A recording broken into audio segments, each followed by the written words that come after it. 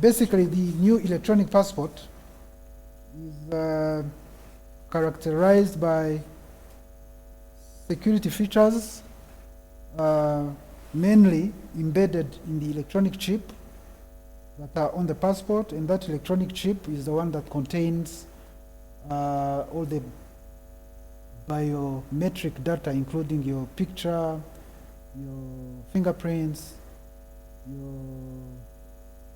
all your particulars that you normally put on the passport, and the records that you keep, they are all kept in that passport. And those features are verifiable. They are international standards that have been agreed upon, not only on the ESC level, for the recognition and authentication of such features that are embedded in the passport. The colors, I think you all know them. There's a light blue color, that is for the ordinary passport. And there's a red color, that's for the diplomatic passport. And the green color is for the service passport. And you know, the old passports, we had a dark blue color for the ordinary passport. We had the black color for the service passport. The red remains the same. The old and the new one have the same color.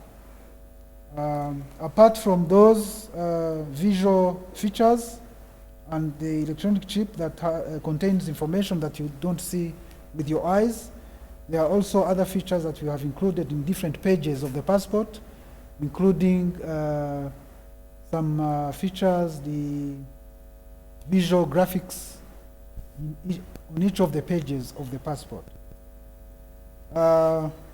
In terms of pricing, the ordinary passport, 50 pages, is valid for 5 years, and it costs 75,000 francs. The ordinary passport with 66 pages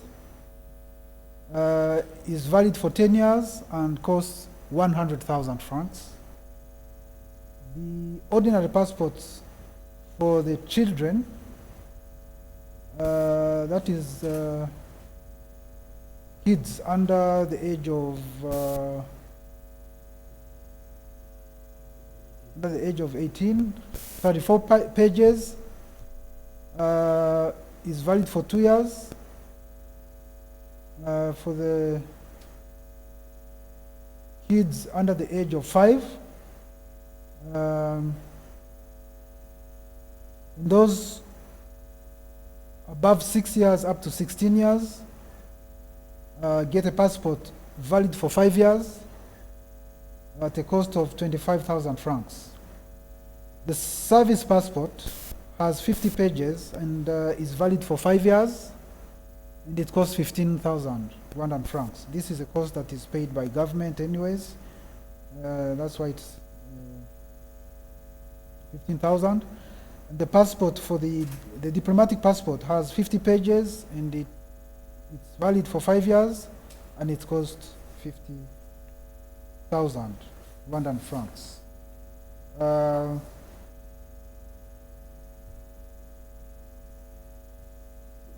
And your other question was about the communique itself. I don't have it written, but basically what we are communicating is that because of the constraints that have been faced by the Rwandans living abroad, in the Rwandan community abroad, in the diaspora, mainly due to the measures imposed in those countries regarding the prevention of the spread of the COVID-19, which makes it difficult for them to reach the embassies, the nearest embassies, so that they can be able to apply and get new passports and provide biometric data that is required in the new passport. The government has decided to extend the validity of the old passport by an extra 1 year, that's 12 months. They were supposed to expire or to cease to be valid by the 28th June this year, that is next month, but the government has decided that we extend up to the 28th 28th, yes. 27th, June next year. That's an extra 12 months to allow the Rwandans living abroad, but also those living in the country, to be able to apply and get a new electronic passport, given the constraints that are imposed by the restrictions, the travel restrictions, but also to ensure that those Rwandans living abroad can, while they are doing everything possible to get the new passports, stay in those countries legally without any hindrance or loss of validity of their passports before they get a new one. I think in a nutshell, that is what the communique is about.